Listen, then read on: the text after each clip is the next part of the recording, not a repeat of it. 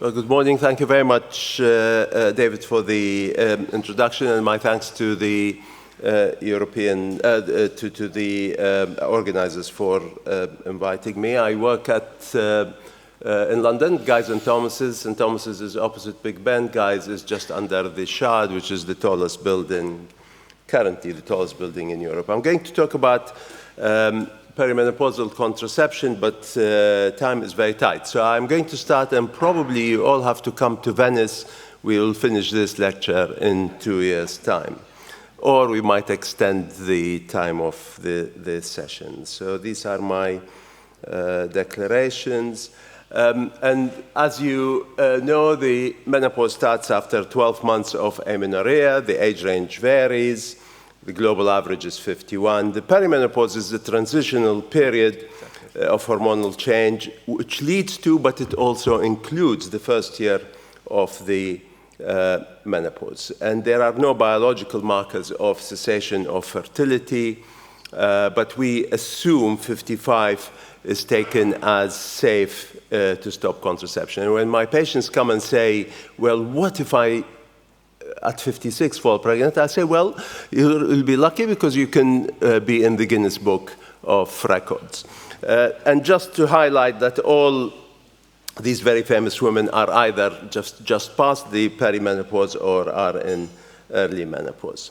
I was going to talk about looking at the perimenopause as a phase in women, looking at the whole of the needs of the woman, and then talk about the alternatives. I'm not going to mention sterilization, only deal with reversible conception, but I might need to skip many of these slides. So the perimenopause is a time of change, it's a time of hormonal change. The woman gets non-ovulatory cycles, which makes them irregular, but also leads to heavy menstrual bleeding. It's a time where estrogen is dropping, and therefore a woman may still be menstruating but gets vasomotor symptoms. It's a time for social change. Women are at the height of their careers. They're more visible. Their self-image is important, but their mood may be affected. It's a time of family change, partner issues. Divorce is much more common after the age of 40, children leaving home or having problems, and then looking after aging parents. So there are a lot of stressful pressures on the life of the woman.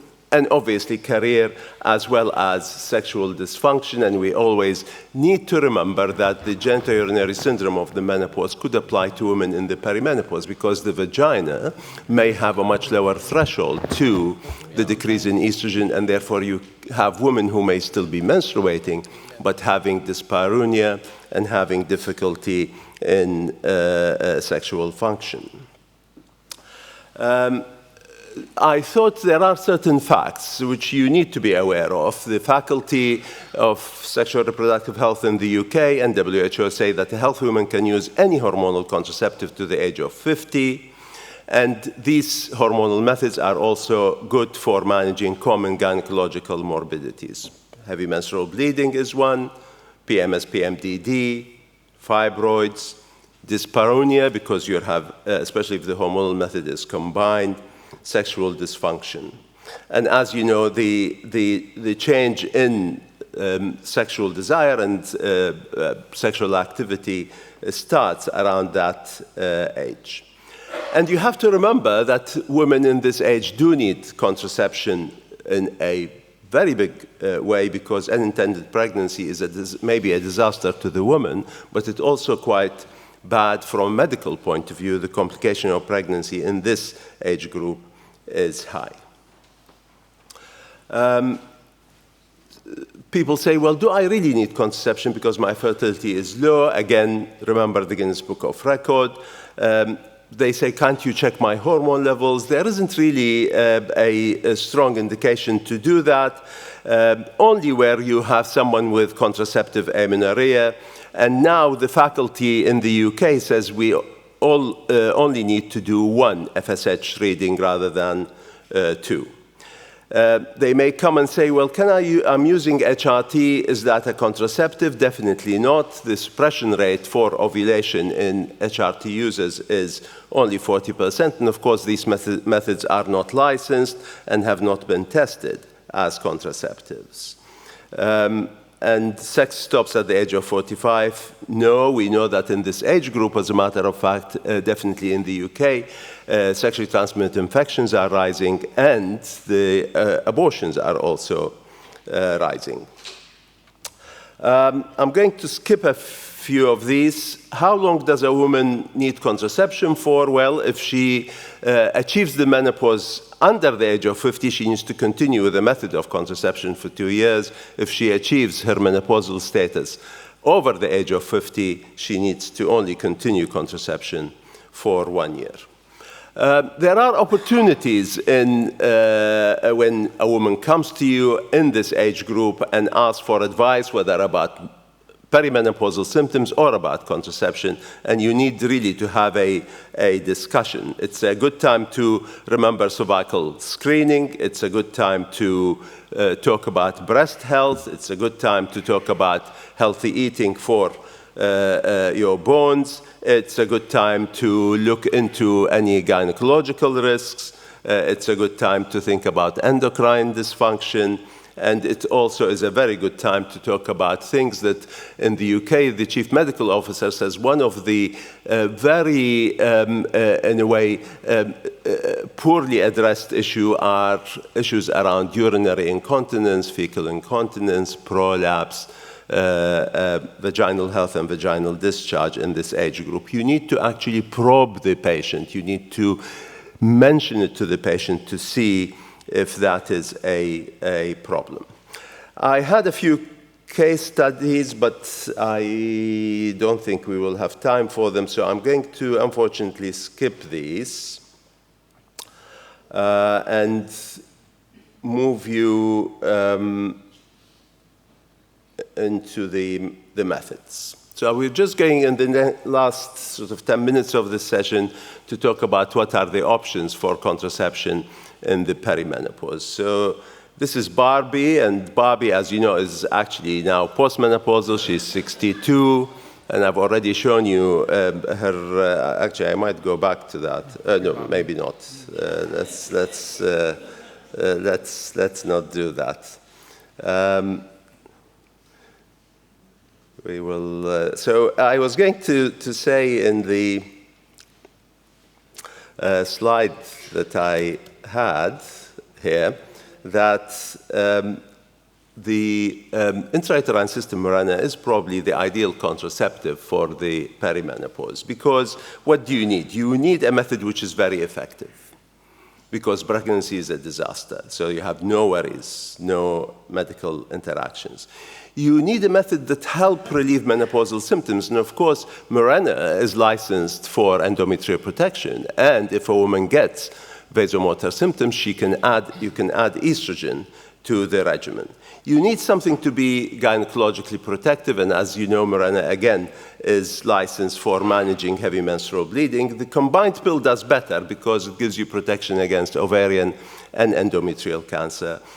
And you need something which is free from medical risks. So again, with a non-systemic long-acting reversible contraceptive, you are into good territory. The faculty in the UK says that if you fit a Mirena in a woman over the age of 45, and if she remains amenorrheic, you can use it beyond 5 years. So menorrhagia and dysfunctional uterine bleeding is higher, PMS is higher, fertility obviously is lower, sexual activity, body mass index, and lipid profile. And if you look at the treatments, Mirena is effective for that. PMS is also less, and you can use estrogen as a combination for managing PMS. It is rapidly reversible, and therefore fertility, if the woman wishes to have another baby, is easy to get. No adverse effects of Mirena on sexual activity, no adverse effect on the bone, no adverse effect on lipids, and no adverse effects on weight. What about the combined pill? Well, it's an appropriate choice up to the age of 50 if the woman is healthy, again, sorts out the anovulatory irregular cycles, and it has all the non-contraceptive benefits, reduction in ovarian cancer, endometrial cancer, and colon cancer. And as a matter of fact, and we'll have a next slide, the cardiovascular risk for pill users in healthy women is quite small. We need epidemiology, and we have epidemiology for the class of COCs, but we have a number of new products which are promising, but we need the epidemiology to back up their safety. So Clara, which I use quite a lot, it's a combination of natural estrogen with Dienogest, and therefore it's a potent pill as far as things like heavy menstrual bleeding. It is licensed for the management of heavy menstrual bleeding, but it has a natural estrogen. Zoli is again the same. The breaking news in this conference was about Estelle, which uses estetrol with drospirenone, and that is again a much more friendly pill as far as the breast is concerned. The other breaking news was the introduction of DOP, the drospirenone-only pills, Linda, with 4 milligrams of drospirenone. So we have options, and I think there are also options with using ultra-low dose pills, 20 micrograms or less. People say, but if the woman has been on the pill for 10 years, can she carry on for another 10 years? The answer is yes. There is very little duration of use effect on the risks that we talk about. So if the pill raises the risk of venous thromboembolism, let's say by doubling it, that risk is the same for a 25-year-old as for a 45-year-old. The background risk may be changing, but the actual duration of use and the age itself does not impact.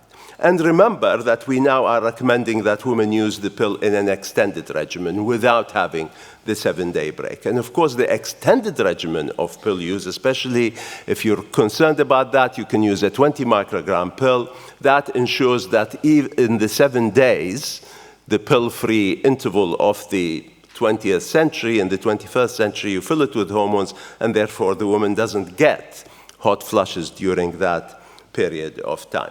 What about the cardiovascular risk? So this slide essentially shows you the venous, and we also will look at the arterial. In the population, something like 2 in 10,000 will get thrombosis. That goes up to 5 to 7 in women using levonorgestrel pills, 6 to 12 in 10,000 in women using what we call third generation, and 9 to 12 for some of the third generation. And of course, in pregnancy, it's much, much higher. You're talking about 39 per 10,000. And you can see in here that there is an overlapping of the risk, for instance, between levonorgestrel and some of the other options, which essentially tells you that the risk one is small and the differential is even smaller. If we look at the arterial disease risk, is even smaller. So the myocardial ischemia risk is 1.3 in 10,000, and if you look at the pill, the risk is not really much change. It's 1.6 in 10,000. So we need to stop talking about the pill causing heart attacks. The ischemic stroke risk is much higher, is significant, in the sense that the risk in the general population in that age group is 2.4 per 10,000. In pill users, it doubles to 5. But even that, compared to venous thrombosis, which we say is small, is again a pretty small risk. So we need to be a bit more reassured ourselves as providers about the risk of arterial disease in this group. And as you know, we have a fantastic group of studies, the Oxford Family Planning Study and the Royal College of General Practitioners study, which is very reassuring. It gives you a lifetime risk reduction talks about colon, endometrial, ovarian. And I don't know whether you know that in the 2017 paper, there was also apparently a reduction in the risk of leukemia in women who have used the pill. We need to obviously prove that with more epidemiology, but this is an interesting finding. Going back, this is not from, we'll see if we have it in somewhere else. No, probably not. So the combined pill, you can use it. There are a number of non-contraceptive advantages. What about progesterone-only contraceptives? Well, as I say, we have Slinda, we have Cerazette, we have the traditional POP. They are low risk, they are high efficacy in this age group, and they may also protect the endometrium. They don't mask the menopause, so you can make a diagnosis while the woman is on them, but the risk of irregular bleeding that has already been mentioned. And the implant is very similar to the profile of the POP as far as the menopause is concerned, or perimenopause. Injectables, the view is that we avoid using them if there is cardiovascular risk, such as problems with lipids, not for the over 50s, not the first option, but remember that both the WHO and the UK medical eligibility criteria give it category 2, which means the benefits outweigh the risks. So if the woman wants to use it, you give her the counseling, but you do not stop her using the method. The IUDs and the IUSs, perfect for this age group. We've already talked about them. The IUD is good, and the only problem is that it may cause an increase in the menstrual flow, and if it causes irregular bleeding, that may need to be investigated. Barriers and spermicides, they're okay if the user is familiar with them. There may be need for emergency hormonal contraception. There is no age restrictions for the use of emergency hormonal contraception, so you definitely can give it safely in this age group. And of course, there is protection against STI, important for this age group. Because of the low fertility, they may be more effective. And remember, it's a good excuse to use a lubricant or a moisturizer, and even to use vaginal estrogen. Hormone therapy for perimenopausal symptoms, not contraceptive, may be already there if you are using a combined pill, especially if you use it in an extended way. You can use vaginal estrogen at any time, in any situation for this age group. The NuvaRing and the other vaginal combined rings may have a dual role, so though some women complain of discharge.